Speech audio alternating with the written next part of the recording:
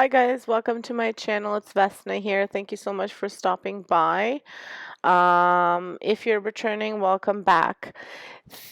My channel is mostly about DIYs, flips, thrift flips, makeovers, trash to treasures, DIYs, holiday themed like DIYs, any of that kind of stuff I do on my channel. So if that's the kind of thing you like, please make sure you subscribe, stick around, take a look at my other videos, and leave me a comment.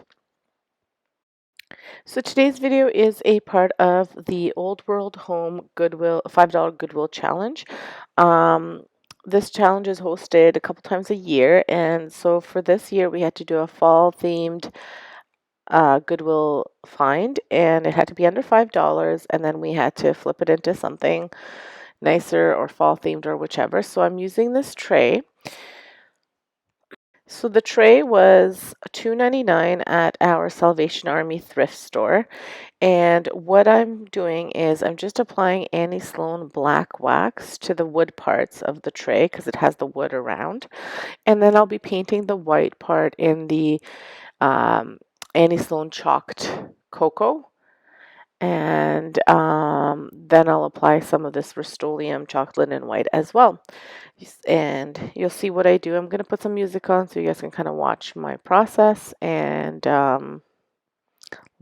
see how I do it. Now I will have the link to the Old World Home channel below as well as to the playlist, so make sure you check out both. You won't be sorry there. The playlist will have some amazing finds and you'll really love Old World Home's channel.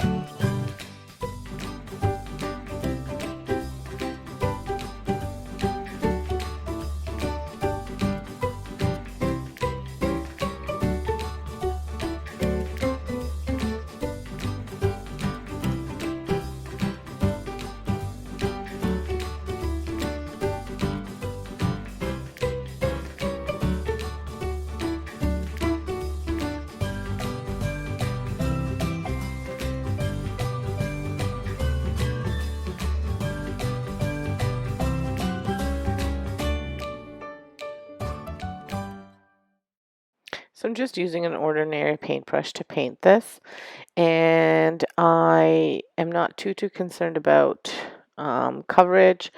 I'm also going to use a baby wipe to give it that wood grain look. So I'm kind of just blending everything together by using a wet baby wipe. As you can see, it gives some strokes there. I'm just loving this look. I saw it on Coffee with My Sunshine's channel, and I'm just loving it so much.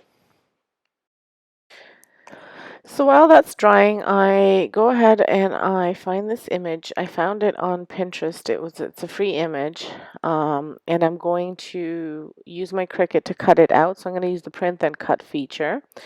I'm making it pretty much as big as I can on my print then cut. So for my machine, I think that's like 9 point something by 6 point something. So that I'm just adjusting the image here to get it to work, and then after I have it print, it'll cut the image for me, and I'm going to be applying the image to the tray. Now, what I noticed was when I hit the print then cut, like the make feature, I didn't pay attention to how the image looked like it was supposed to be on my mat. So I put it on upside down and Cricut cut it upside down.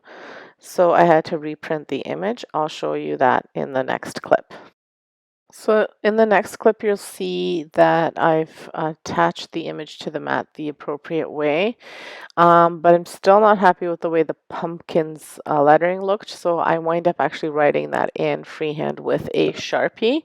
I just think they weren't big enough for what I wanted on the tray. I could have sliced and then resized it, but I just decided to write them in. So once I've cut that out, I go ahead and apply it to the tray with Mod Podge. Um, I am not very skimpy on the Mod Podge. I use quite a bit so it sticks to the tray, and it's kind of trial and error. I think I have enough and then I add more. I just measured the tray to make sure I got it right in the middle.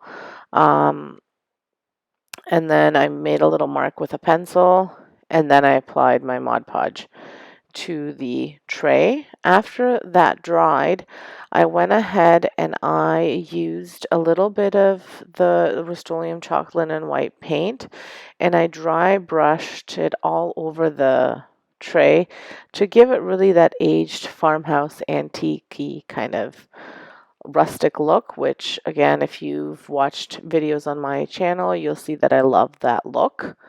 Um, when I'm writing in the pumpkins, I make sure that again I measure where I want the curve to end, and then I also do my last letter so that way I know how big to make the letters so I don't make them too small or too big. I am using a pencil just in case I make a mistake, and then I'll use just a thicker Sharpie to write them in.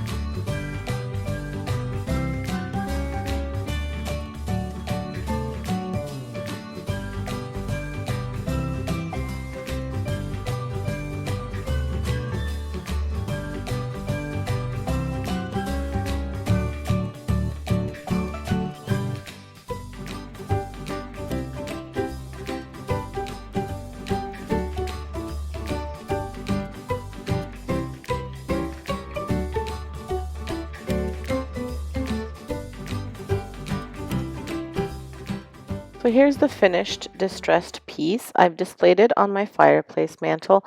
I really like the way it turned out. I think it looks really rustic and beautiful.